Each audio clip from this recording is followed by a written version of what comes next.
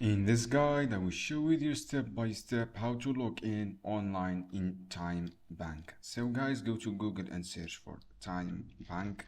Log in to TymeBank. Click the first result or click this login option.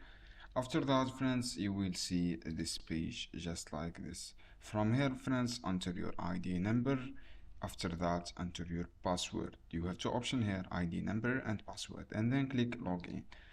After that, friends, when you log in, you will see this dashboard profile here, and you see your everyday account and available balance.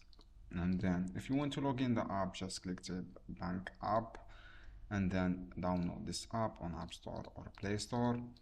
After that, when you download the app, you will see just like login page, exactly what I show you. So friends, just follow these steps and look for login option, and then you will log in successfully without any problem. I hope this guide helpful for you, friends. Don't forget, give me a like and give me share this content for more videos, and see you soon.